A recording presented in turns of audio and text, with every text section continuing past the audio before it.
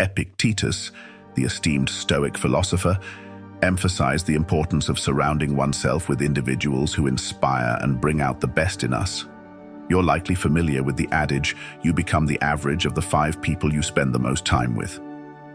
Today, we delve into this concept from a Stoic perspective, exploring the 7 types of individuals that could impede your journey in Stoic philosophy.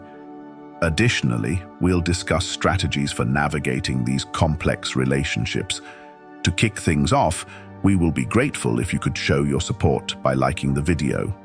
Your engagement plays a crucial role in promoting this content and allowing us to continue sharing valuable insights. If you haven't already, consider subscribing and hit the notification bell to ensure you stay updated on all future videos. Thank you for being part of this journey. Number 1, the complainer. We all have that friend, family member, or co-worker who seems to find fault in everything, whether it's the weather, their job, or even the food at a popular restaurant. They never miss an opportunity to express their dissatisfaction. Now you might wonder, why should this concern me? I can just ignore them. Well, that's easier said than done. Consistent exposure to such negativity has a draining effect on your mental well-being. It's akin to a leaky faucet, slowly depleting your reservoir of emotional energy. Stoicism teaches us to focus on actionable solutions instead of dwelling on problems. For example, imagine you're collaborating on a project with someone who is a perpetual complainer. Each meeting turns into an exhausting session of complaints without any constructive dialogue. The impact on the team's morale declines. You're sidetracked from finding actionable solutions, and you'll likely find yourself increasingly disenchanted with the project and possibly even life in general. So, how does Stoicism help us deal with a complainer? There are several strategies you can employ. First, limit your exposure to this individual whenever you can. If that's not possible, perhaps because they're a family member or colleague, then your second option is to mentally distance yourself during their diatribes. Think of their complaints as a passing storm, loud and unsettling, but ultimately temporary and powerless, against the unmovable mountain that is your own inner tranquility. Your third option is to steer the conversation towards solutions or to change the subject to something more constructive. To quote Marcus Aurelius, "You have power over your mind, not outside events. Realize this, and you will find strength." This timeless Stoic wisdom encourages us to guard our mental peace diligently, ensuring that the negativity from chronic complainers doesn't deviate us from our Stoic path of resilience and virtue. Type of people number 2, the drama magnet. Imagine you're navigating your life as if it were a ship sailing through calm waters, but then you encounter the whirlpool known as the drama magnet. This individual seems to have an unending series of crises, conflicts, or controversies, and like a whirlpool, they have an unsettling ability to suck you into their vortex of chaos. You might initially find yourself attracted to the drama magnet's energy, mistaking it for passion or excitement. However, you'll soon realize that being in their sphere is like navigating a ship through a storm, exhausting and dangerous. Now, what makes dealing with drama magnets so tricky is that their crises can often feel like your own. Their chaos is infectious. You might even find yourself embroiled in conflicts that you had no initial part in. Let's take a practical example. You have a friend who has frequent fallouts with others in your social circle. Today, they're not talking to Jasmine. Tomorrow, it's John. Your friend comes to you for advice. But you notice that this cycle never ends, and suddenly you find yourself also at odds with Jasmine or John because you tried to intervene. In this case, you could employ a strategy called reflective listening. Instead of offering advice or taking sides, mirror their words back to them. For example, if they say, "I can't believe Emilia said that about me," you could respond with, "So you're feeling betrayed by Emilia's words." This technique allows you to provide emotional support without getting entangled in the drama yourself. Another approach, and one that might sound counterintuitive, is to become selectively unavailable. Stoicism reminds us to value our time highly And sometimes that means being unavailable for other people's crises, especially if they're recurring without resolution. Turn off your phone during certain hours, create focus periods where you concentrate solely on your work or personal development, and let it be known that during these times, you're not to be disturbed. To paraphrase Seneca, true happiness is to enjoy the present without anxious dependence upon the future. This can be particularly helpful when dealing with drama magnets.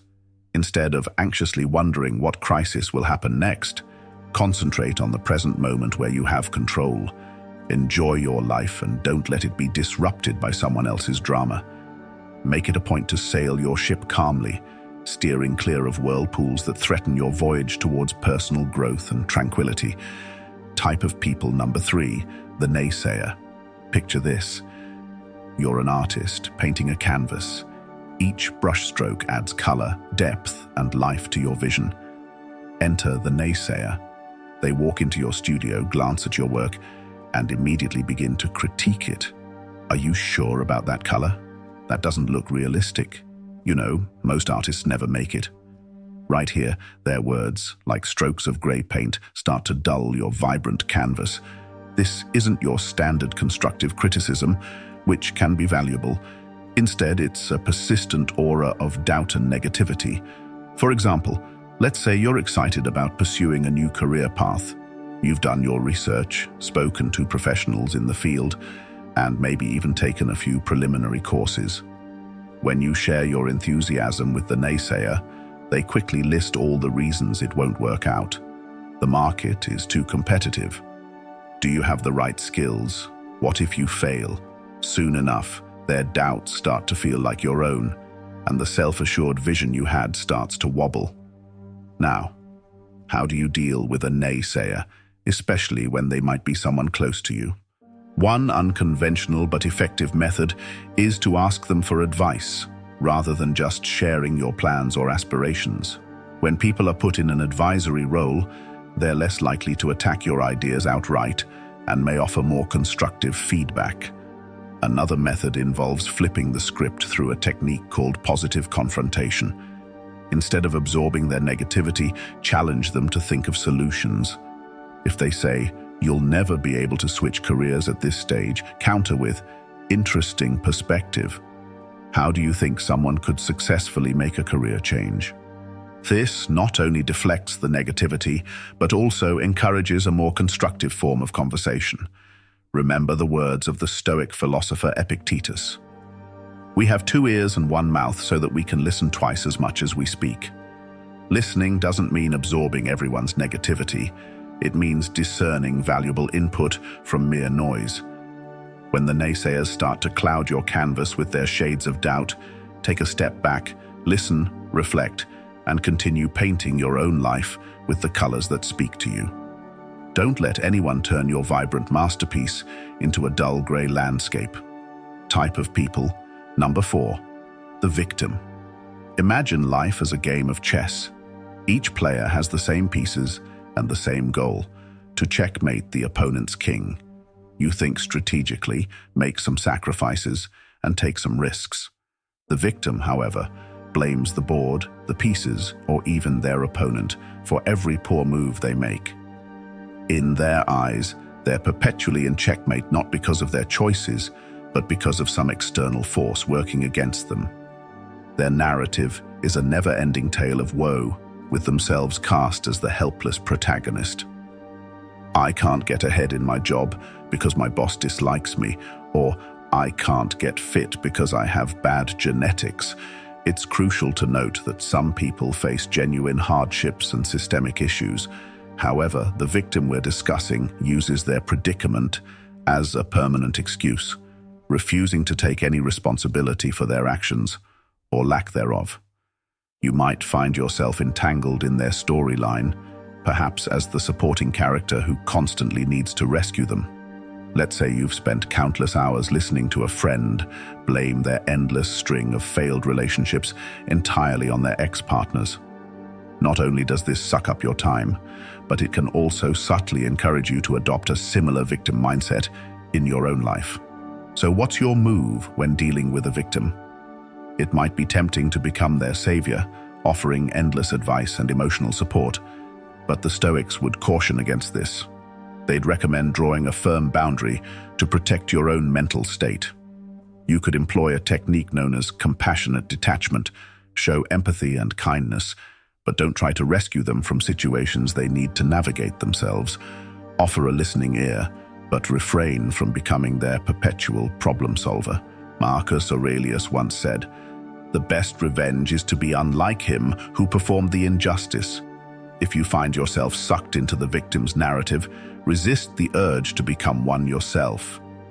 Take control of your own game board, make your moves, and remember, in the chess game of life, being perpetually in checkmate is often a choice, not a fate. Keep your pieces moving forward, make strategic sacrifices when necessary, and play not for revenge or pity, but for growth and wisdom. Type of people number 5. The toxic positivist. You know this person. They're always exuding sunshine, rainbows, and endless streams of emojis. They're the ones telling you to just be happy when you're going through a difficult period, dismissing your feelings and experiences with a flippant wave of glittery optimism. Imagine your life as a garden. There are flowers, but there are also weeds and pests. A toxic positivist, however, insists on ignoring anything that isn't a blooming rose. Got aphids on your leaves? Just focus on the flowers. Don't let negativity into your garden, they'd say. While it sounds uplifting, their approach can make you feel invalidated and disconnected from the reality of life's challenges. Suppose you're going through a tough breakup. You're sad, confused, and seeking some emotional balance. The toxic positivist's advice: there are plenty of fish in the sea. Just smile and be happy. This excessive positivity neglects the complexities of human emotion and the realities of life's challenges. How do you cultivate your garden without letting the toxic positivists trample it with their indiscriminate sprinkling of good vibes only? One strategy is to engage them in a discussion that embraces both light and shadow. If they say, "Look on the bright side, at least you have your health," you could reply, "Yes, I'm grateful for my health, but it's also okay for me to feel upset about this specific issue." Both can coexist. You can also employ what psychologists call emotional granularity, the ability to feel and differentiate between a wide range of emotions, both positive and negative. When the toxic positivist pushes you to just be happy, take a moment to acknowledge and label your nuanced feelings. "I'm feeling a bit melancholic today due to X, and that's okay," can be a liberating affirmation. To reference Stoic thought, Seneca once said, "True happiness is to understand our duties toward God and man, to enjoy the present without anxious dependence upon the future." Notice the balance, understanding duties which aren't always pleasant, and enjoying the present. A Stoic approach isn't about focusing solely on the positive or the negative. It's about embracing life's complexity with equanimity. So the next time the toxic positivist sprinkles their confetti on your carefully tended garden, take a step back. Remember, a garden needs both sunshine and rain to flourish. Embrace your full emotional spectrum and keep nurturing your garden with the richness and complexity it deserves. Type of people number 6, the manipulator. Picture your life as a movie script. You're the main character, and you have an idea of how your story should unfold, where the twists are, who your allies and mentors are, and what your final act looks like. Enter the manipulator, the shadowy producer who subtly rewrites your script without you even realizing it, until one day you find your storyline has veered off course. The manipulator is skilled in the art of emotional or psychological maneuvering. They might use flattery, guilt trips, or even deceit to steer you in a direction that benefits them. You might have a friend who always manages to get you to pay for dinner by saying something like, "You know, I've been having a rough month, and you're so successful. It wouldn't mean much to you, but it would make my day better." Over time, you find that your generosity has been taken advantage of, but calling them out feels uncomfortable because they framed it as a favor to a friend in need. Handling a manipulator can be a tricky business. One method to counteract their tactics is what some experts call fogging. This technique involves agreeing with any truth in the manipulator's statements, but refusing to be moved by emotional coercion. If they say, "You're so successful, you should cover dinner," you could respond, "You're right that I've been doing well, but let's split the bill as we usually do." Another approach is to set clear boundaries and enforce them. If the manipulator wants you to lend them money or commit to tasks you're uncomfortable with, learn to say no assertively. Keep your tone calm and your words clear. "I can't lend money, but I'm here to offer emotional support," sets a boundary while maintaining the friendship. Drawing inspiration from Stoic thought, Epictetus warned us, "We cannot choose our external circumstances, but we can always choose how we respond to them." The manipulator thrives on your predictable reactions. They manipulate your kindness, your guilt, or your desire for approval. By choosing to respond differently, you're taking control of your script again. So if you find a manipulator lurking in your life, remember that you're the one holding the pen. Your storyline is yours to write, and while the cast may include a variety of characters, the protagonist's journey, your journey, should always be guided by your own values and decisions. Reclaim your script, and don't let anyone manipulate your life's narrative. Type of people, number 7, the time vampire. Imagine your daily routine as a carefully crafted symphony. Each instrument represents a task or commitment, and when played together, they create a harmonious balance. But then the time vampire joins in, screeching off-key, drowning out your melody and turning your beautiful composition into discordant noise. The time vampire is not necessarily malicious. In fact, they might seem quite benign. It could be a colleague who constantly interrupts you with trivial questions, turning your productive workday into a series of fragmented moments. Or it could be a friend who invites you to countless social events that you're not interested in, making you feel obligated to attend and draining your time and energy. These interactions might seem inconsequential in the moment, but the cumulative effect can be profoundly disruptive. So, how do you protect your symphony from being ruined by a time vampire? One effective strategy is the Pomodoro technique, a time management method that involves breaking your work into intervals, traditionally 25 minutes separated by short breaks. During these intervals, you make it clear that you're not to be disturbed. This sets a boundary that protects your most productive times from being nibbled away. If you find yourself dealing with a social time vampire, remember that saying no is not just okay. It's essential for your well-being. Instead of offering elaborate excuses, a simple, "I appreciate the invite, but I can't make it," suffices. Declining an invitation is not a rejection of the person. It's an affirmation of your own needs and priorities. In the words of Seneca, life, if well lived, is long enough. Stoicism teaches us that time is one of our most precious resources, one that should be allocated wisely. It's the canvas upon which we paint the portrait of our lives, and we should be highly selective about who and what deserves a stroke of our brush.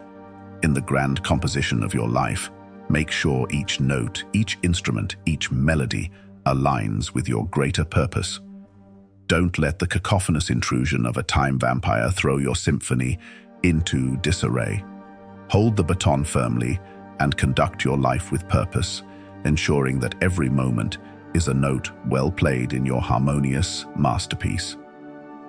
As we reach the finale of today's exploration into the characters who can derail our path towards Stoic resilience and wisdom, let's not forget that self-awareness is key. It's easy to recognize these types in others, but the more challenging and enlightening task is to look within. Are you perhaps unintentionally playing one of these roles in someone else's life? Remember, Stoicism isn't just about navigating the world, it's also about understanding and improving ourselves. If today's discussion has sparked a realization, an epiphany, or even just a bit of introspection, I'd love to hear from you in the comments section. Write your thoughts, share your experiences, and let's engage in a dialogue that enriches us all. So until next time, may your choices align with your virtues, may your actions reflect your wisdom, and may your life be the masterpiece you're meant to create.